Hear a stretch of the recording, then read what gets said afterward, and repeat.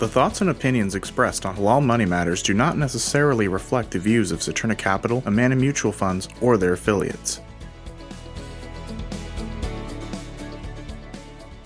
Welcome to Halal Money Matters, presented by Saturna Capital. I'm Scott St. Clair. I'm Moneem Salam.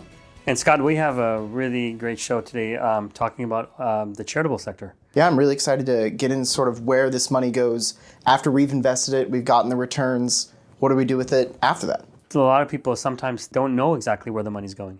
And so I'm really excited to speak to Anwar Khan today. He is president of Islamic Relief USA and actually one of the co-founders of Islamic Relief USA back in the 1993. So it's been there a long time, really knows the subject well, and I'm ready to get into and find out where my $100 goes every time I donate. I'm excited to learn about it as well. Let's get into it. Anwar, thanks for joining us on the call. I'm really excited about this topic. It's been on my mind for a long time. Partly it's because I've been in the sector for a while as a volunteer. In fact, pretty much my whole professional career, I've been doing something along the lines of charitable work and those type of things. So it's nice to be able to have you on this podcast. Thank you for having me. Charity is a very big part of Islam. And when you look at how we calculate, even when it comes to zakat, for example, there's specific calculations on how you do it, not only about the calculation part that's up to the individual, but there's particular prescriptions in the Quran about who you actually give it to, right? So that's pretty specific. A long time ago, maybe it was something where people gave it on their own, but now there are organizations, charitable organizations that can deliver aid near and far, and arguably maybe much more effective than other places. But maybe we can just start off and just talk a little bit about your history, Anwar, about how you got started, how the Islamic Relief came about. Islamic Relief started by students from the University of Birmingham in 1984 in England. And the name of that organization is Islamic Relief Worldwide.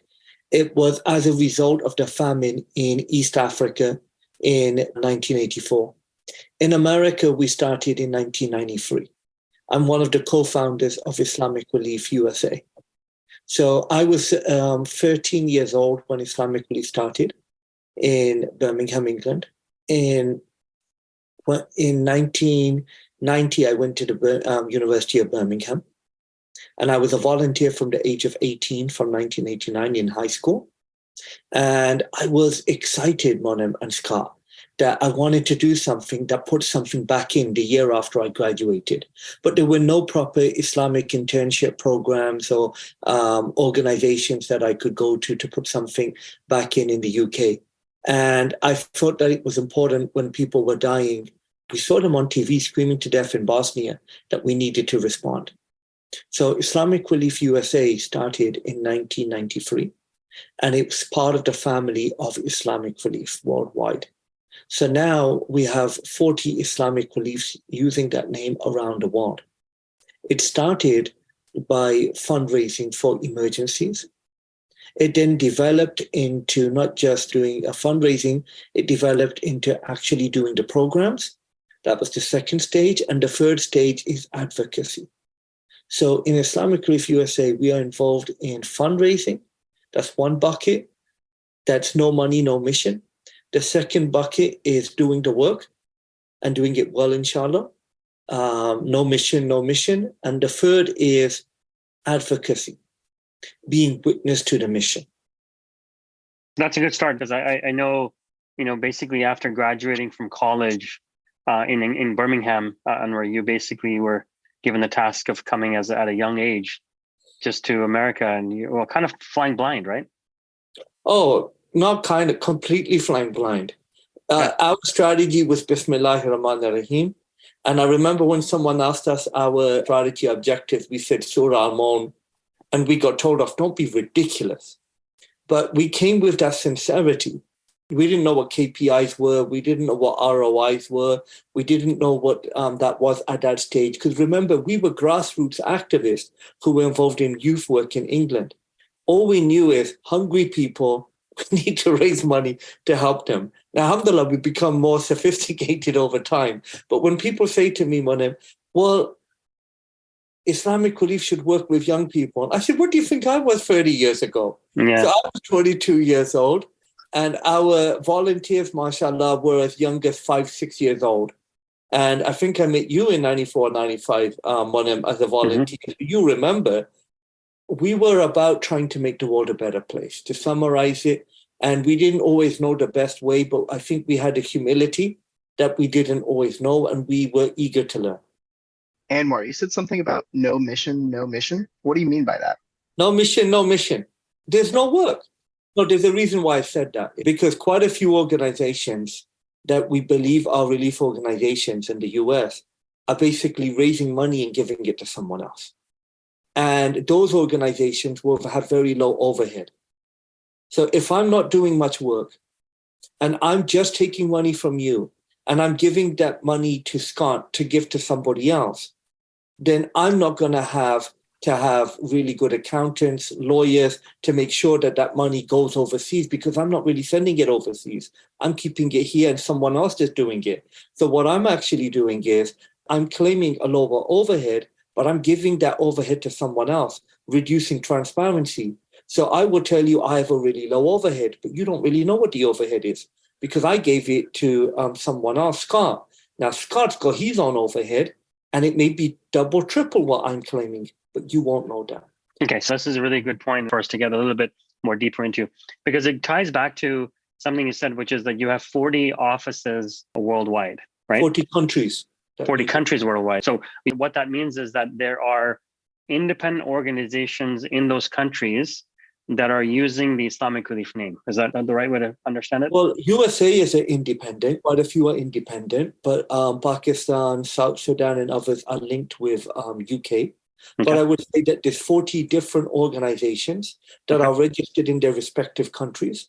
Some of them are completely independent. Some of them are dependent on IRW from the UK as an INGO, but all of them are part of a family. So the family is tied together by name, basically, just by mission. Name. Yeah, not just mission. There's actually a license agreement between them. And so, for example, if I want to work in Pakistan, I can't just help Scott's uncle in Pakistan. I have to give money to Islamic Relief Pakistan. And Islamic Relief Pakistan will contact me and say, hey, IRUSA, there's a need on the ground.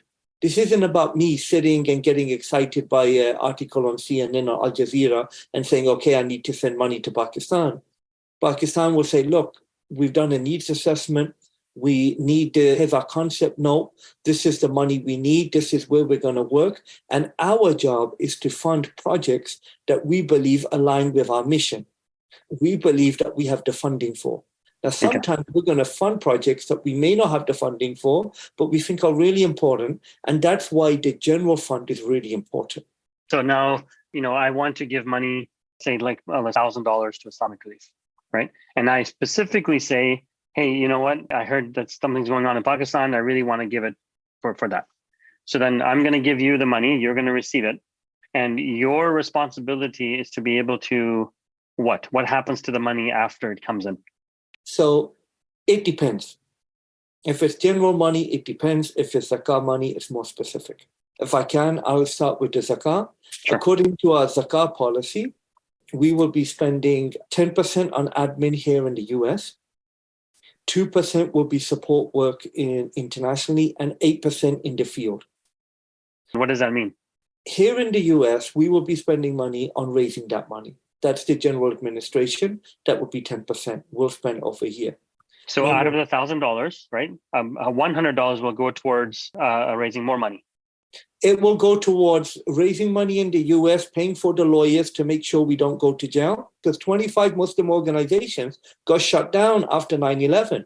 People are in jail because they fed hungry kids. There's a law in America that was part of the Patriot Act. It was the material support law. You can go to jail in America for feeding hungry kids if our US government doesn't like the relatives of those hungry kids. So this is really serious. So if we are dealing with large organizations, do you have lawyers? If you don't have lawyers, how are you making sure that this money is being able to be transferred legally? Do you have CPAs? Do you have accountants that know how to deal with banks? There are many Muslim organizations whose bank accounts have been shut down. You know this, Monim, in America. There are many Muslim individuals. This is a civil rights issue. I can discriminate against Muslims and shut down their bank accounts. And if you want us to make sure our bank accounts are open, we need to have quality accountants. Now, if I'm a little organization and I'm only raising $500,000, nobody's going to really worry about me. But when I'm raising $130 million, like I am in Islamic Relief USA, I'm going to be under more attack. And it is foolish for us to not have enough lawyers, enough accountants, enough professional staff to not only raise the money, to manage the money, and to make sure that the money is spent on the right projects in the right way. The entire operations of the U.S., whether it be from raising more money to making sure that your dollar gets to the right hands, following up on that dollar to make sure that it was spent properly, all of those things are being done within those 10%. Yes, that includes our monitoring evaluation, that includes our auditing, that includes our accounts, our work over here, including administration, raising money, including even advocacy work.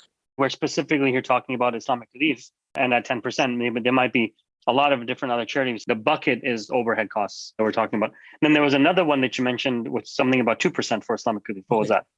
So that would be working through our international partner, IRW. They are providing additional M&E, additional audit to make sure that the money is being spent.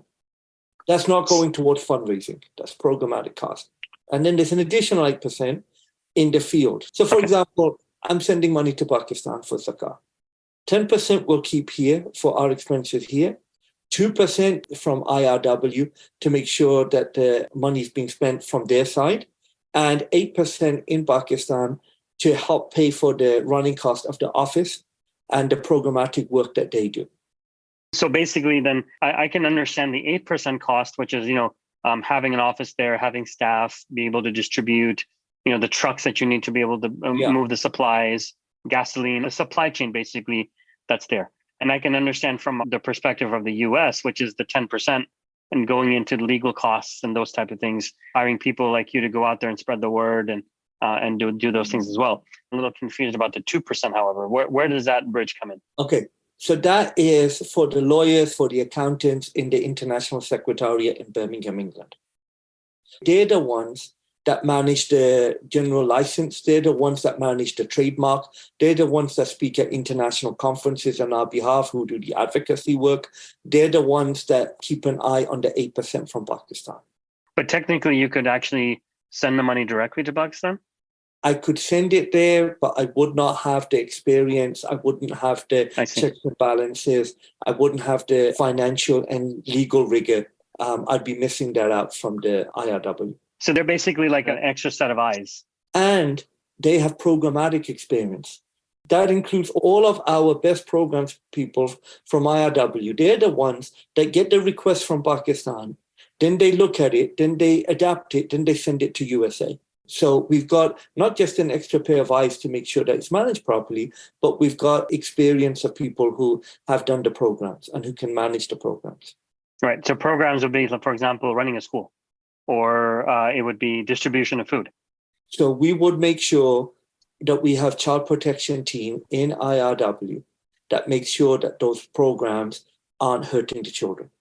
We have education specialists, we have nutrition specialists, we have Islamic finance specialists with PhDs who are based out of IRW who make sure that these programs are in alignment with our mission in the best way possible. And then we will work with the local office, let's say Pakistan, we picked that as an example, to make sure that the schools are in line with our child safety policy, in alignment with our education policy and so on. So 20% of that, it sounds like, is going to, at least in the US here, a lot of like administrative work, the lawyers, like you said, but it's really important to keep the rest of the money doing the work that it does, right? Yeah, so 10% you can say is on general administration in the US. Okay. A little bit of programs, and 10% on programmatic support overseas. This is only for zakat, right? This is for zakat, yeah. Now, if we're dealing in non-zakat, then it depends what kind of program we're doing. Do you find there's a competition amongst different charitable organizations to reduce this number, or it's pretty much all the same, 20% is what it is? We are one of the few organizations that actually have a written zakat policy. And because of that, it's easier to attack us because we have more transparency. Many times people say, oh, this is zakat eligible. Really? What's the name of the scholars? Where's your zakah policy? So we have a zakah policy. We've named the scholars on the zakah policy. It took us 1 year to come out with the latest iteration of the zakah policy. You can disagree with what we're saying, and that's allowed in Islam, yeah? But we have the evidence. This is not something that I came up with my friends. We have eminent scholars in the US who understand fiqh, who understand relief, who understand zakah. We explained to them all of the issues we're facing. So we came out with this zakah policy. So people will tell you, oh, I have a percentage admin of, let's say, 3% or 4%. How did you calculate that? So our calculation is based on what we saw on our 990, and it's what we give to the IRS. So overall, Islamic Relief in the USA, overall, we're normally going between 16 to 18%. We're bouncing around that number, okay? And this is according to the IRS, the amount of money we keep, and then we send the money overseas, or we give it to partners, or we spend it locally. The zakah number I gave you is going even more deeper. It's not just saying how much we keep, it's also saying how much is spent on programmatic work. Now, according to the IRS, programmatic work is work. So it would be included, according to the IRS, on the actual programs work. So the way we did zakah is much more conservative. According to the IRS, the programmatic work we would be doing, they would regard that overseas as programmatic work. According to our scholars, they said, no, call it programmatic support. Okay, I think you lost me on the programmatic work. The normal way of working, which the IRS would count, it would be 10%, not 20%. Okay, so a lot of extra costs are folded in there. So the programmatic support that we're doing is counted in our industry as programmatic work. It's not fundraising, it's not for legal, it's not for other stuff. Programmatic support would be included, not as admin, it would be included as programmatic work. There's different definitions between the IRS and the scholars. There's the IRS definition, and then there's the zakah definition. The zakah definition is more conservative. Just to be clear, what do you mean by programmatic work? Person who's directly involved with the distribution of the aid, for example. Yes. And that's considered programmatic work. Yes. A person who's actually raising money, that's called admin work. Exactly. The accounting is admin. So there's fundraising and admin would normally be counted as administration expense. And then so the rest of the money, which is the non-programmatic and admin on the zakat side, so let's say 80% roughly, that is actually going towards the people that need it the most, that are specifically stated in the Quran to be recipients of zakat. Yes. So that helps. Now, so for every $100 that I give Islamic Relief, I could expect that about $80 is going to go there. 80 out of $100 go in the hand, 10 will go to people to help to administer that, to make sure that it's given in the proper way. We'll go to help the people, and 10% will continue our work in the US. And then what about the non-zakat part of it? So with the non-zakat, when I'm doing long-term development work, that's more expensive than if I'm just giving out food on the back of a truck. If I have to employ engineers to build water wells, that's going to be a more expensive project than if I'm just handing out water bottles. So the administration isn't a standard amount. When people say, well, Anwar, if I give $100, it depends which country. It depends what administration is in that country. It depends the difficulty of working there. If I'm having to take it on the back of a donkey up a mountain, which literally we had to do, that's going to be different than if I'm putting it in a train and the train is speeding along. Overall, as an organization, if you get $1 million, how much of that is going to what? So I think the individual thing, it depends on the kind of project you're doing. But overall, as an organization, if you look at our 990 and so on, overall, we're about 16 to 18%. I could make that percentage lower if I was less conservative in the way that I do the calculation. And this is all legal. I could, for example, add more gift in kind. I could get gifts of medicine, and I could use that gift in kind medicine and lower the percentage admin. We used to be lower because we had gift in kind.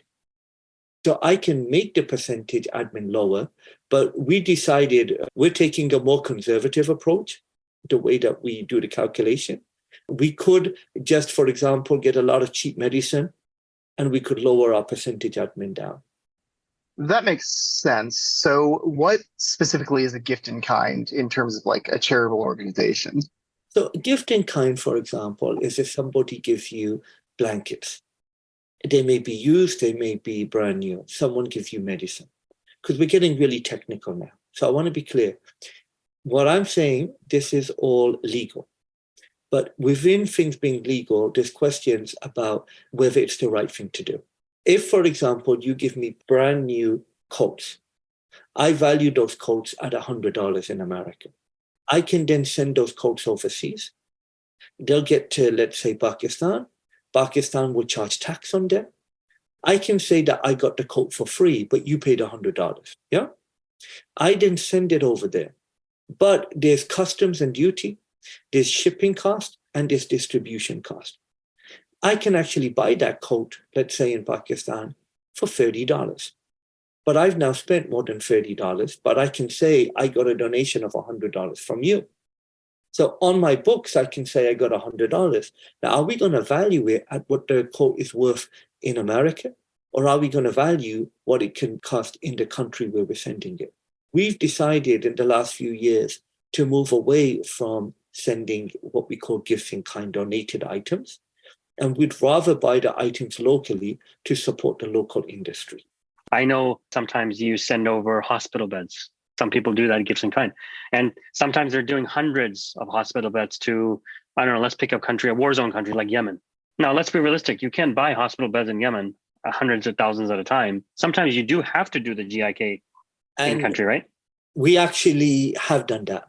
In that particular case, we'll take the hospital beds. So it does depend on supply of whatever's available in the country. Exactly. So I was saying that sometimes people are looking at GIK and they've got tens of millions of GIK. We're not looking at the amount of money. We're looking at the quality of the GIK. Sure.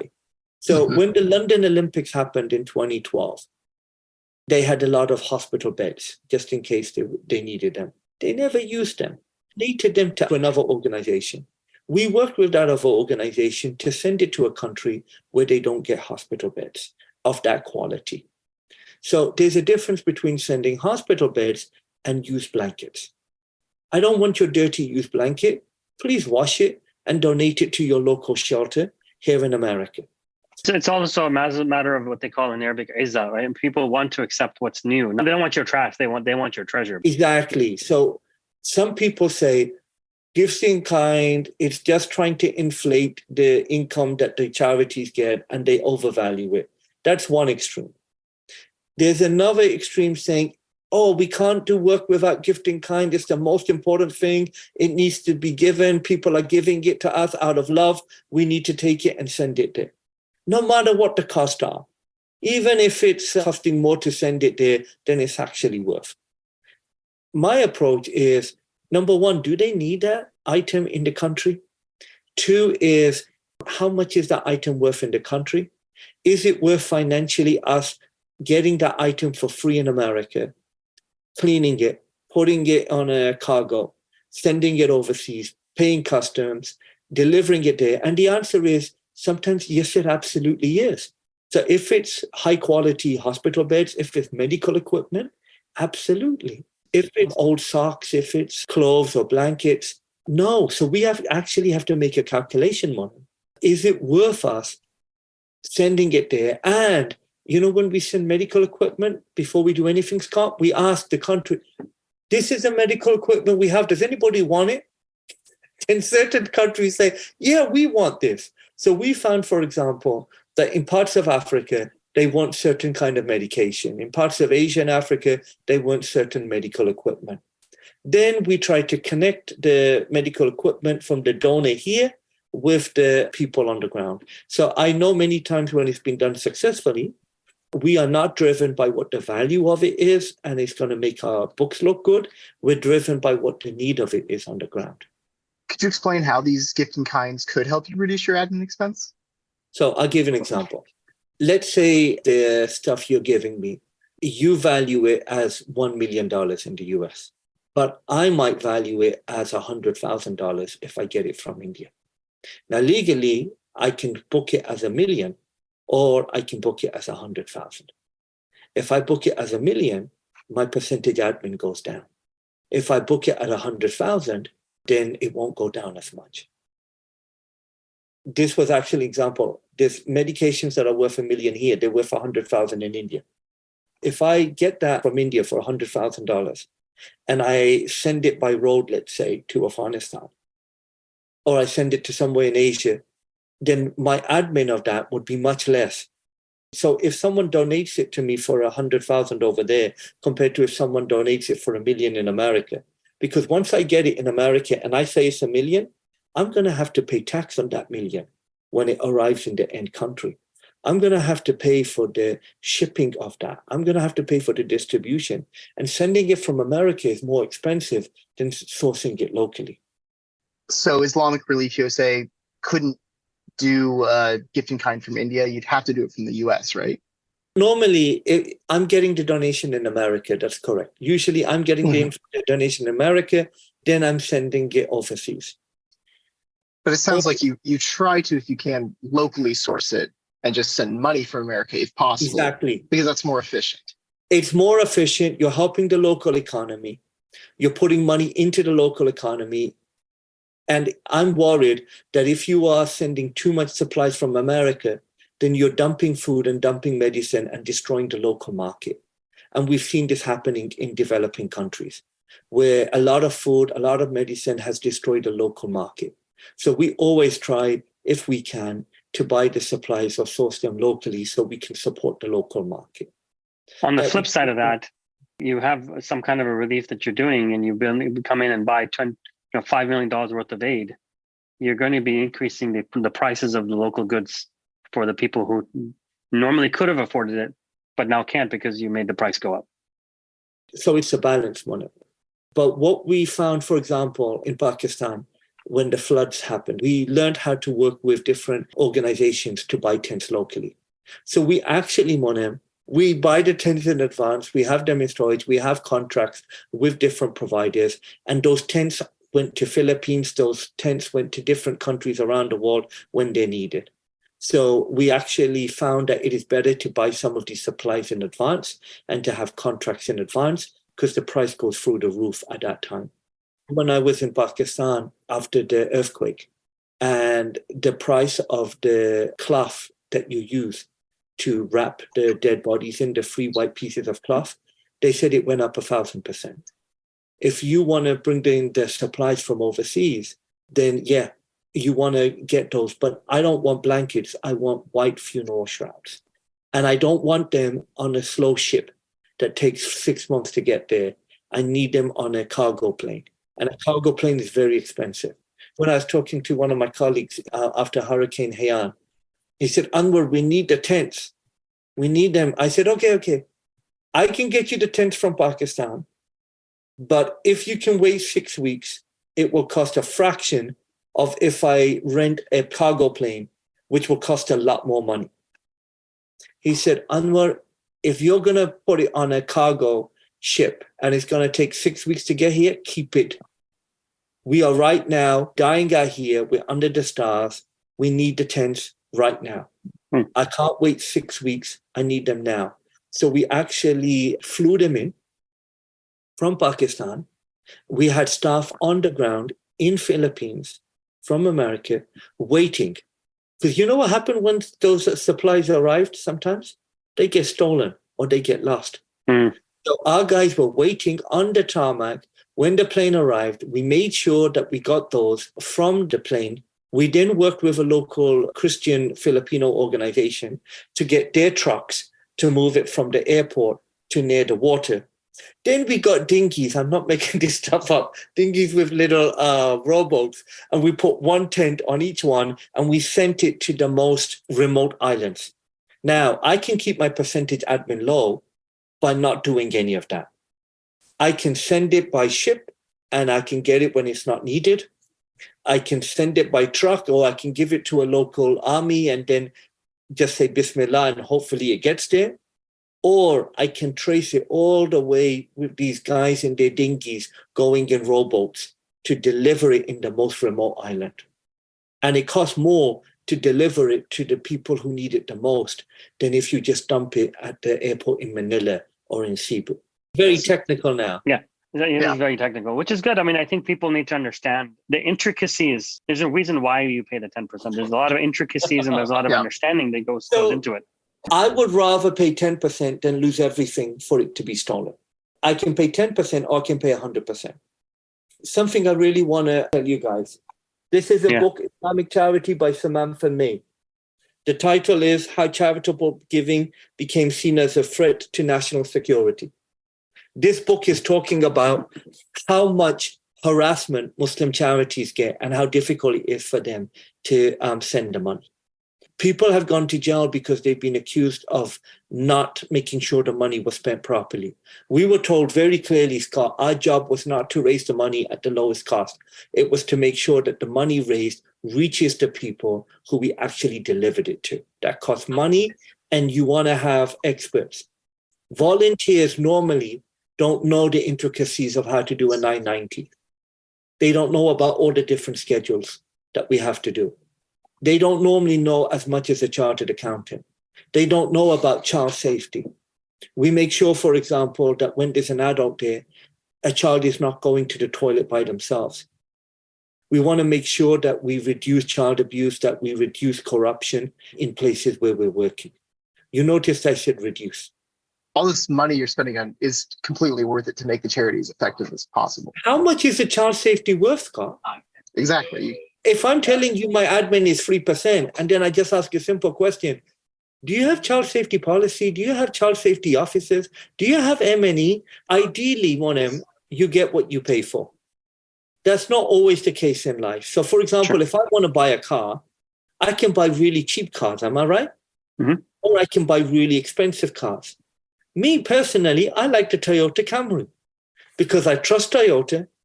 The Camry is bigger than a Corolla, and it's more safer for my family. Now, there's cheaper cars than a Camry, and there's much more expensive cars than a Camry. What's my priority? I want good value for money, and I want to protect my family, and I don't want the miles per gallon to be too high. When we look at a car, it's not a case of how much bang for my buck am I getting? No, you get what you pay for. At the end of the day, you want to get what you pay for. So if you want to pay for an agency that is not just raising money, but is actually spending the money in the right way at the right time, is winning awards for the work that they're doing, is regarded as very transparent, and at the same time is doing advocacy work to help to prevent the problem happening in the first place, then you're going to pay more for someone who's just taking the money, giving it to someone else, and just forwarding the money onwards. So you get what you pay for. The same with a car, the same with any product. No, that's a good point. The one thing I want to highlight also, you kind of touched upon it, and that is that you save like the tents and stuff like that. You have warehouses where you keep them, so then when the emergency happens, then you're able to deploy them, right? That kind of begs the question, when I see something on TV where there's an earthquake, in Iran or in Turkey, the recent one that happened, and I'm giving $100 to Islamic Relief. You're not literally going out there and buying the tents right then and there to give them to them. You already have those tents. You're delivering those, and you're replenishing the supply for any other emergency that happens. Well, yeah, in some places, that's what we do. So in Turkey, we're basically buying the supplies locally, Mona. In answer to your question, there was plenty of supplies available. We were getting them locally. In other places like Philippines, they were like gold dust. So we were bringing them in from Pakistan. So it's not only about this local supply, right? It's all about time delivery as well. If I give you $100 and you have to go out there and buy it, source it, deploy it, is different than saying I already have it in my warehouse. All I'm going to do is deploy it. So it's a time issue as well. Yeah. So to be frank with you, that was such a horrific crisis. Over 50,000 people died. Nobody's ready to respond to that at the level it needed. No government in the world is ready to take care of 50,000 people that died there, or in the case of Pakistan, 80,000 in the earthquake, or the huge number that died in Port-au-Prince. Look at here in America. We weren't ready for the 1,000 that died in Katrina. Those of you are old enough to remember, there was a mess made of that. At the beginning of the crisis, it's often chaos. And if it's at that level, it's difficult to get the supplies. So we try to mitigate it with sending as much supplies as we can, as quickly as we can where they're needed. People shouldn't imagine that large amounts of supplies are arriving in 24 hours. It's not the case. The money needs to be raised in the first few days and the first couple of weeks to be spent for the next few years. In Turkey, you just don't need food and clean water and tents. You also need rehabilitation. You need to rebuild people's homes. There's so much that needs to be done. So when a crisis like that happens, it takes 2 to 3 years to actually help people to get back on their feet. It's not done in days, it's done in years. Relative to all the charitable organizations that are out there, how are Muslim organizations doing when it comes to overhead? You have to compare apples with apples. So if you're talking about organizations that don't have many staff overseas and basically are fundraising organizations, they have very low overhead. If you're talking about organizations that have professionals over here that know how to do the right programs and that have lawyers and that have proper processes and make sure that the money is spent overseas, I would say that we are lower than our industry standard. So Muslim organizations who are doing work at a higher quality level have slightly lower admin than the average American nonprofit. And Muslim organizations that do not have much programmatic capacity, finance, legal capacity, they have very low overhead. They look like they're doing great. Yeah. So like for like, I guess you're saying that the Muslim organizations are a little bit cheaper. Yeah, but I would argue that's also because we might not be able to offer all the same checks and balances. So if you'd asked me this question 25 years ago, Monem, I would have given you a different answer. With my maturity, with my experience, and may Allah forgive me for my arrogance when I was younger, I was like so happy. Oh, our overhead is so low. That's great. Now I'm like, yeah, the overhead is low because we don't have child safety officers. We don't have the lawyers. I give example, your company, Saturna. Why do I need you and Scott? Why can't I just ask my uncle to invest the money? But when I'm working with Saturna, I'm going to ask you questions. I want to know how much money I'm making every year. Ask those questions to Islamic Relief. Ask those questions to some other organizations, and you might be surprised with the answers you get. But I would rather that I tell people sometimes, hey, I don't know the answer to your question, or hey, it's not an easy question for me to answer, rather than just come up with stuff. I remember years ago, nearly 30 years ago, someone asked a question, and I just happened to be standing there. How are you getting the supplies into Iraq? Oh, we just fly them in. And the person walked off because, as you know, Monem, there was an embargo at that time, sanctions on Iraq. I had to run in there. I said, no, please don't listen to him. He's just a volunteer. Right. You were a volunteer when you went into Bosnia and visited the mass graves with me. Yeah. You were a volunteer when you and me were trying to avoid the bombs from the bombers in Chechnya. You were a volunteer when you went many times. So there are trained volunteers and then there are untrained volunteers. So sure. I want to be clear. By the way, do you think volunteer work is free, Scott? Your volunteer needs to be trained, am I right? And needs to be managed. When we get volunteers to work with children, Scott, we have to pay money to do a criminal background check. When people come to our Islamic Relief childcare services at any event, people may not realize this morning. The childcare staff are certified with CPR. We used to pay a few $100s for babysitting. It then went to a couple of $1,000s for childcare. Mm-hmm. But we're now giving a quality product.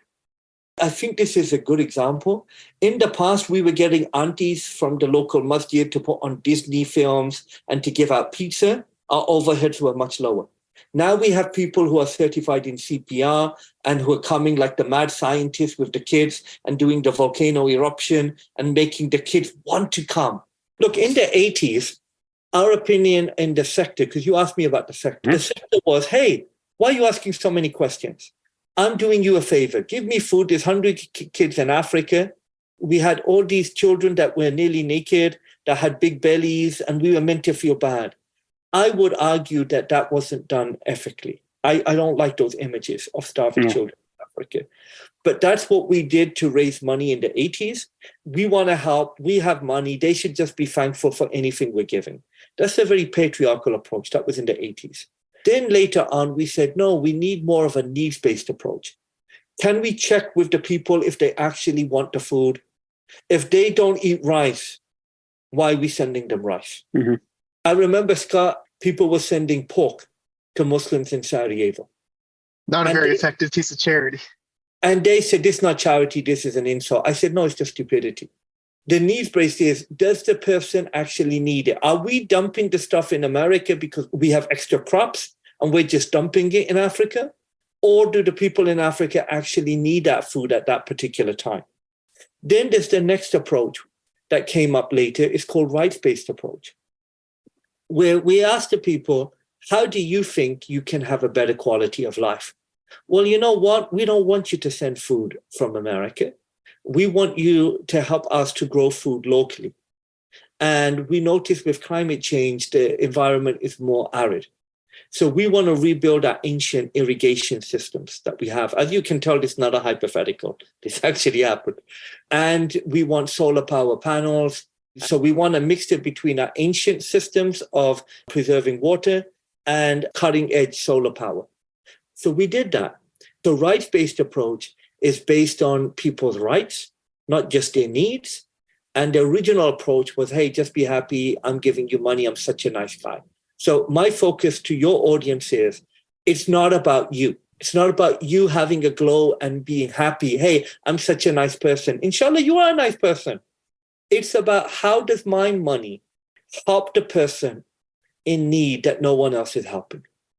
If you're going to give money on the top of that mountain, it's much more expensive than giving money at the airport. When you arrive, it's much more expensive than dumping it on the side of the street. Do I trust this organization? Do they have a track record of delivering the aid? And this is my question. You know, when people say to me, what's the percentage admin? You know, one number I think is important: 13. 13 of our staff have died in the last 20 years to deliver aid. 13.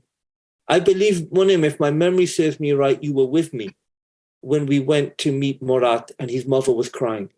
So the first time, Scott, I went to meet Murat, he picked me up at the airport in Russia.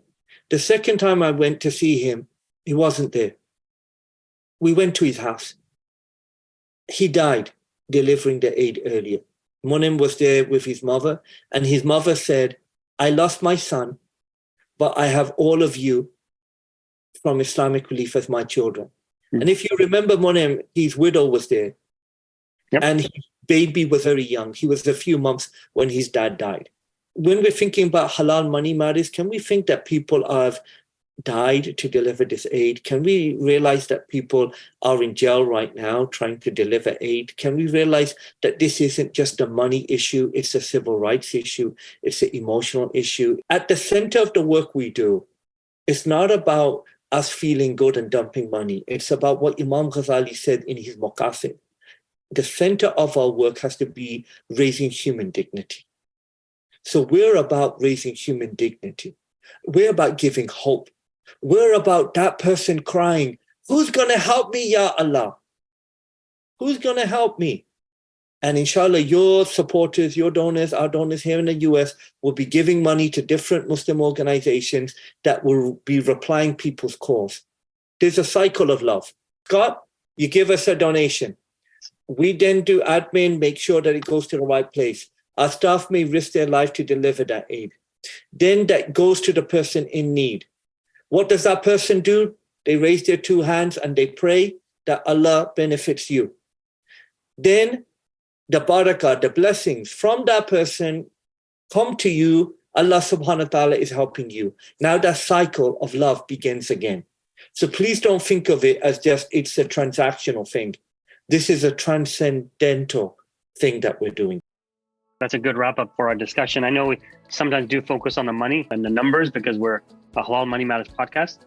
If I have fitna and I do things in the wrong way, but I'm more efficient, is that more important than I do the right thing in the right way and my admin is a bit higher? Was that useful? Yeah. Thanks, Anwar. That was great. Thank you. Please consider an investment's objectives, risks, charges, and expenses carefully before investing. To obtain this and other important information about the Amana Funds in a current prospectus or summary prospectus, please visit amanafunds.com or call toll-free 1-800-728-8762. Please read the prospectus or summary prospectus carefully before investing.